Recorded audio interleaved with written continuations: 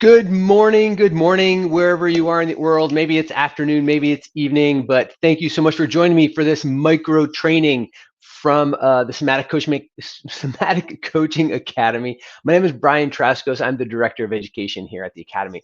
And so glad that you're going to be here just for a couple of moments to talk about the pitfalls to progress, pitfalls to progress.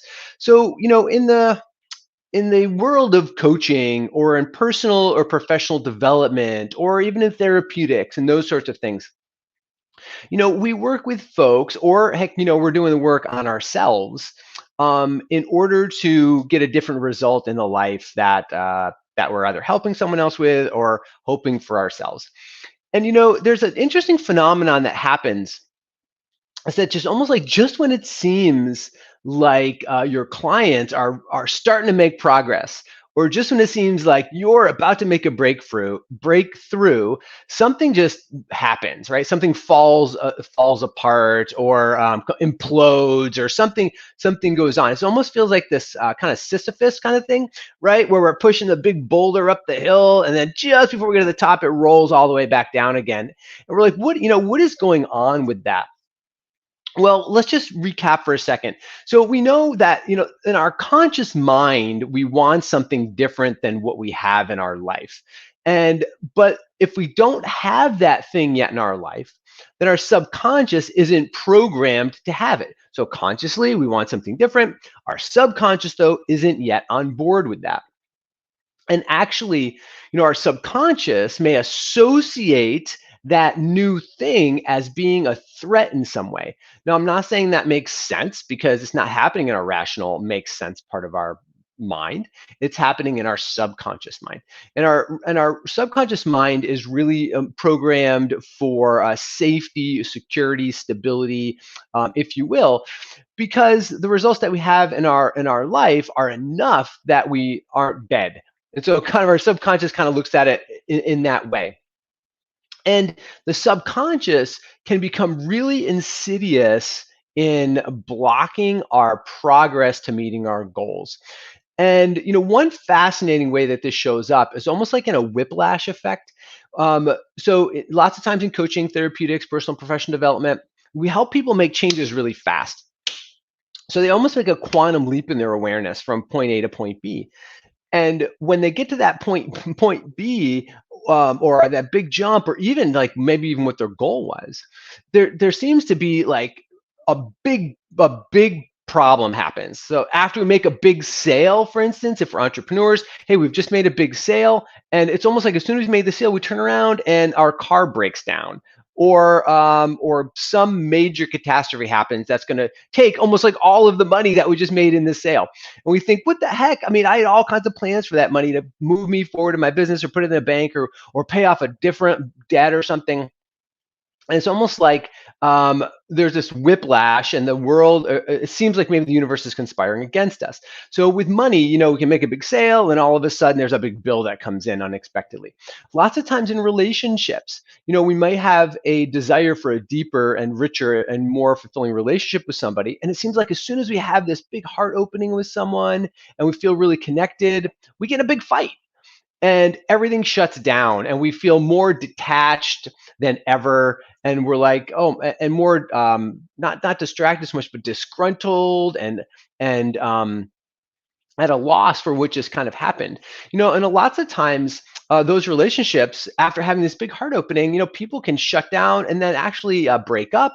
Those things can happen as well. So, but these are all ways that the subconscious is insidious in shifting our energy and our programmed, what we've been programmed with for results, in a way where it really feels like we're being sabotaged, self-sabotaging, and it's certainly our pitfalls to our progress.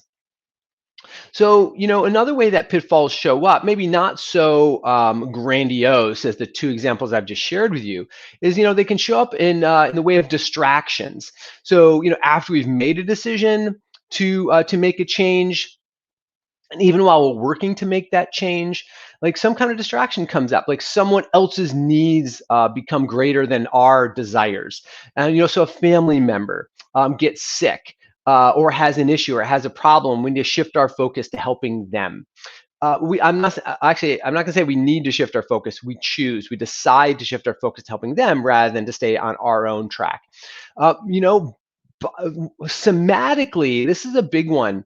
It can show up with body stuff for people. So, and I see this happen so often. It's really, really amazing how often this happens. It happens so often that it's actually amazing that it's not more common knowledge that this is what happens. That we have our goal in mind, we're moving towards that thing, we're putting things in place, we're implementing changes, and then we have some body thing come up. Crippling back pain, headaches, some resurgence of some viral illness that we've had in the past. Our Lyme disease gets worse.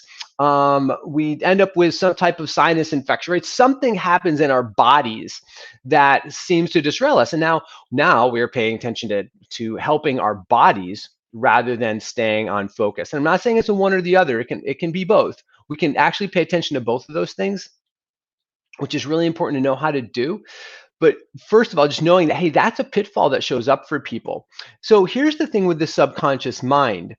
Subconscious mind is more insidious than it is creative. And what I mean by that is one way to avoid progress pitfalls is to know what your pitfalls have been in the past. Because your subconscious is less likely to make up something new than to use something that has worked before. And it will use that thing until it's absolutely overcome completely in our own capacities or capabilities. And it will intensify it too. So say for the instance of back pain, let's say, if back pain has stopped you in the past before, then that's exactly the same kind of program that your subconscious will use to stop you again in the future. And it will intensify the back pain. So going into it, you'll be like, okay, so I know back pain is a way that my subconscious stops me. I'm going to deal with it this time. And then as we move forward, the back pain comes up and then it gets worse. And we're like, okay, I'm dealing with it. It's just subconscious block. And then it gets worse. And then it gets worse. And then it gets worse. And eventually we're like, oh my God, no, this can't be, this subconscious must be something's really, really wrong. I need to go to the doctor. I need to get an x-ray. I need to get an MRI. I need to get something. And now we're off track again. So I'm not saying that we shouldn't get things checked out, okay? So yes, if we have a consistent physical issue, please get it checked out. Definitely do that. But also understand that these are the ways that our subconscious changes our physiology in order to keep us from moving the direction that we decided we want to go or to make the changes that we want to make, okay? And this is definitely a progress pitfall. So the best way to avoid progress pitfalls is to know what your pitfalls have been in the past, because those are the first lines of first pitfall line that your subconscious will activate in the future. So before you go through a change process, really sit down and say, hey, what stopped me before? And then pay attention to those things popping up again, because that's what you're going to be up against. And then also create a plan in order to navigate through those pitfalls. So we're focusing on the path and not the barriers so much. We need to be aware of them, but we need to focus on where we're going as well. We kind of have to work in two things, two frames of reference at once with that. So, but you know what? Let's go a little deeper for a second. And I wanted to share this with you too. The real reason that progress pitfalls are a problem to begin with is because of our modern fixation with achievement. So think about our modern, by modern, I mean like kind of since the Industrial Revolution, a little bit before then, our focus and completing something, getting something done. So that's what I mean by the achievement, our achievement fixation. So we have a goal, and we become achievement focused on that goal, and we somehow in our patterning, we're like, I need to get to that goal. Like that goal needs to get done. So as soon as we set a fixation on that goal, and by the way, that goal fixation could be for a whole bunch of reasons that are wounds, actually, right? So voids within us, voids from earlier life experiences that we think are going to be solved by achieving that goal. And how do we know that's what happens? Again, this whole Sisyphus thing, if we get to that goal And we really haven't changed as a person as a result of getting to that goal, then our pursuit of that goal was probably based on some void issue, something that we have going on inside, some wound that we still haven't healed yet. And the reason that happened is because we are so focused on the fixation of the goal. In other words, the fixation of the goal is going to happen no matter how we got there. That's goal fixation. Now, when we make a shift, a profound shift from goal fixation to being focused, from achievement focused to being focused. I think that's what I want to say, from achievement focused to being focused. In other words, when the goal is less about achieving the goal and more about who we become on the way to that goal, then the pitfalls take care of themselves, because we're not so focused on the goal itself. We're focused on implementing what we need to implement and a route to the goal in order to become a different person. Just a really quick example, someone could want to become, let's just use an example like becoming a professional athlete. If someone wants to become a professional athlete, they could want to become a professional athlete to have fame, money, glory. Not that those things are bad in themselves, but if they're growing out of a wound of insignificance or lack, and we think that being a professional athlete is going to fill those in, we could get there, and actually we just recreate that whole problem again. Now, or you can, on route to becoming a professional athlete, you could say, hey, you know what? Becoming a professional athlete is going to ask me to become a better leader, have skills in leadership, have skills in teamwork, have skills in money management, have skills in self-care, right? You have to become someone different to be able to have that goal fulfill itself at a very high level. So at the bottom of all of this, so basically, if we're going to wrap this up, when you're paying attention to what pitfalls are to your progress, look back and see what pitfalls have stopped you in the past and make a plan to navigate through them. That's step one. Step two, ask yourself, are you looking at this goal as achievement focused or as being focused? When you can shift to being focused, those pitfalls start to take care of themselves. All right. Thank you so much for joining me here today. I really appreciate you being here with us at the Somatic Coaching Academy.